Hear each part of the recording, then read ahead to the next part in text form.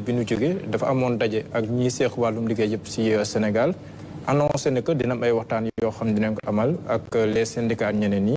pour ñu mën a am benn pacte de stabilité sociale boo xam ne nii dinañ ko signé fête le 1er mai mais ndax mën nañ si am yaakaar si benn contexte boo xam ne nii ñu si mel ni waa G7 ñu ngi naan kenn boole leen si waxtaan yi ak tam si contexte boo xam ne nii am na ñu doon liggéey sa port sa CDC ak AIBD ak feneen ñoo xam ne nii ñu ngay ñàkk seen liggéey di ko xuntu. D'abord ci contexte ñàkkum liggéey bi contrat tamit contrat la ñun bu ñu ci lu ñu nekk di ci liggéey surtout mooy fexe ba ndaw Sénégal fu mu mën di nekk déjà am lu mu mën a liggéey parce que am formé nañu ko ci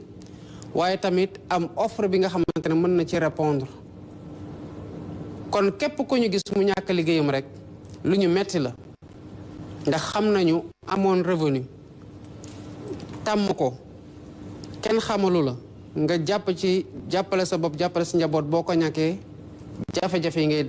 ngay tàbb nu mu métti loolu comprendre nañ ko ba raxul politique non, j'arrive sur la réponse après appréciation yi ku ci nekk libre na pour def ko ñiñ fi fekk du ñun ñoo leen recruter en termes de régime mais nguuru Sénégal moo leen recruter ñu signé ay contrat ñoom ñu signé ne que liggéey gii ñu leen jël bu demee ba app bi jeex li leen boole dafay jeex mooy contrat à durée déterminée contrat à durée déterminée mooy contrat boo xam ne bés la ñuy xaar rek ba jotee contrat bi jeex na mais bu ñu ñëwee nag ki la employé woon dem ba terme boobu jot soxlaatul li taxoon mu employé la mais qu'est-ce qu'il fait day reconsidérer waat le contrat mën na renouveler mën na bañ a renouveler ci ay structures yu bari loolu moo fa xew des contrats qui ont été signés avant nous ay contrats yu ñu signé woon ñooñu signé ko nangu ne bu app bi jotee contrat bi dina jeex app bi jot tombeeg ñu egg si contrat bi jeex na parce que app bee ko jeexal ñooñu renouveler wuñu lan moo ko waral ci structure yu bari dañoo recruter loo xamante ne en fait structure bi soxlawu ko te sénégalais yi foog ñu xam ne loolu loraange lay jur ci réew mi loraange boobu du teguwaat ci ñoom dama lay jox rek un cas très patent muy cas Air Sénégal bi nga xamante ne démb la ñu def un conseil interministériel muy cas poste te commencé woon tamit nekk cas port politiciens yi dañu bëgg a jël État di ci régler des questions d'emploi par le public c'est pas possible te di ko def surtout nag pour caser ay clientèle politique une entreprise publique ou privée du pour caser clientèle politique c'est pour prendre en charge benn secteur am rentabilité màgg def leneen mais le cas de Air Sénégal voilà une compagnie boo xam ne mais chaque mois État injecté ci ay dizaines de milliards pourquoi parce que compagnie baa ngi am 4 avions déjà nu ñu structuré jënd yenn avions yi rek ak yenn avions yi ñuy jënd rek c'était pas le meilleur schéma qu'il fallait faire jënduñu avions yi war nuñ ko jëndee baaxul lu jëndoon avions yi ba pare yenn yi naawul pendant que naawul ñu dem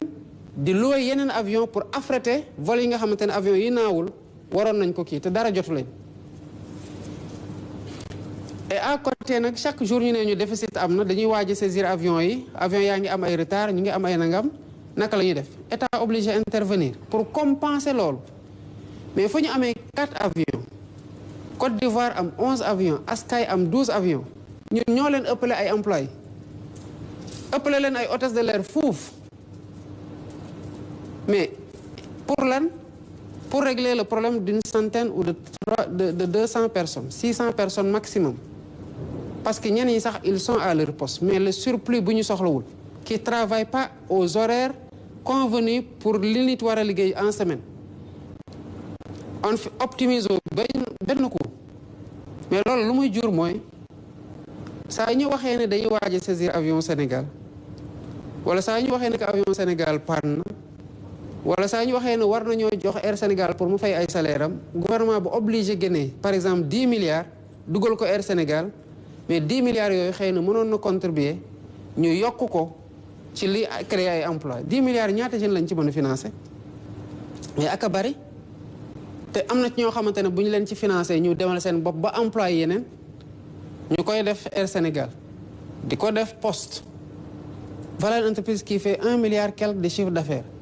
pour des charges de 12 milliards 13 milliards yu teg bon évidemment il y a le service public ci zone yi nga xamante ne ñenn ñi nekkuñu fa mais les employés qu'il y a au sein de la Poste c'est excessif par rapport ak li Poste soxla lan moo ko andi directeur bu ñëw xool clientèle politique am ñu ne ko léegi falu nga léegi gaawal utal ñu liggéey ñoo doon daw si sa gannaaw suba ngoon guddeeg bëccëg bu ñu bàyyi fii ñuy dugal ci yoo secteur ci entreprise yoo xamante ne entreprise publique la di signer ay CDI di doubler emploi yi ba mu dem sax ba ñu bëri ñoo xamante ne en fait c'est parce que entreprise bi soxlawu leen dañu leen recruter ñenn ñi toog di def leneen ñenn ñi sax ñu ngi bitim réew ñu kon di leneen fay ci même compte yi ñu bàyyi fi seen carte bancaire wala seen chèque ay ñeneen di ci bénéficier wu en fait réew mënul doxee noonu il nous faut trouver des réponses ci situation emploi bi mais il nous faut sauver les entreprises pour que ñu bañ a nekk des gouffres à milliards yoo xam ne dañ ciy daw weer wu nekk at wu nekk mu tere ñu investir dans la formation professionnelle et dans la création d'opportunités d'emploi raxul benn politique sénégalais yi fi nekk même responsabilité laa am en tant que président de la République sur tout le monde xooluma ci kan moo ci Pastef xooluma ci kan moo ci keneen xooluma ci kan moo ci keneen quand il faut créer des opportunités mais dans certains sociétés comme la CDC mais dañuy waxtaan ak nit ñi ñu nangoo ñu fay leen c'est des clauses qui sont prévues dans la législation sénégalaise de négocier pour que nit ki dem uti leneen nga am loo ko fay mu dem mais recruter nañu la soxlawuñu la par force nag da nga fay toog parce que dans tous les cas état recruté na ba pare mais ça signifie qu'on condamne cette structure là à une mort certaine et pour longtemps état war a ñëw nag di injecter affaire tout le temps ci biir structure yooyu y a rien de ciblé c'est des options politiques souvent douloureuses mais qu'il nous faut assumer parce que c'est pas la voie bi ñu koy def depuis des années entreprise yaa ngi disparaître di gën a wàcc di gën a moins performante et puis di gën a moins compétitive dans un environnement sous-régional boo xamante ne il est de plus en plus agressif même y compris secteurs yi nga xamante ne amoon nañ ci avancé on commence à avoir du recul le cas du port est patent les autres ont fait des investissements majeurs parce qu'ils ont les moyens de le faire le port croule sous le poids de dettes yoo xamante ne mais amatul woon investissement yi mu mën a def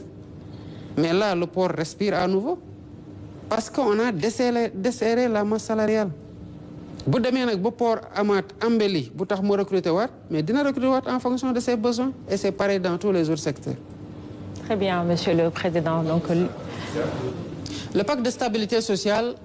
li ci am solo mooy wax nañu ak les acteurs sociaux wax nañu leen ni réew mi mel.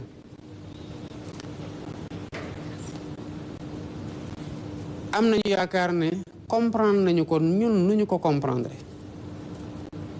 te gis nañu ñu bari ñoo xamante ne désactivé nañu par rapport ak plateforme revendicative yi ñu amoon ñu ngi waxtaan am naa yaakaar ci waxtaan bu ñu waxtaan ñëpp nañ ci gis seen bopp ba ñu mën a mayante diir goo xamante ne duñu am contre performance yoo xamante ne dafay jóge ci man mer naa banque naa sama yoxo parce que fii réew mi toll mais lu ñu war mooy bu ñu doon liggéey ñaari waxtu ñu liggéey ñeenti waxtu pour dabu mais pas war a liggéey ñaari waxtu banque suñu loxo benn waxtu ne dañoo mer il faut que ñu régler suñu problème bëgg nañoo répondre aux revendications des syndicats bëgg nañoo répondre aux revendications ou aux sollicitations d'autres acteurs yi nga xam te ñoom la ñuy seqal mbir mi mais quand c'est impossible bu mënul nekk en fait même bu ñu tëjee entreprise yi 1 an mënul nekk te day gën a aggraver sax la situation parce que li ñu waroon a doxale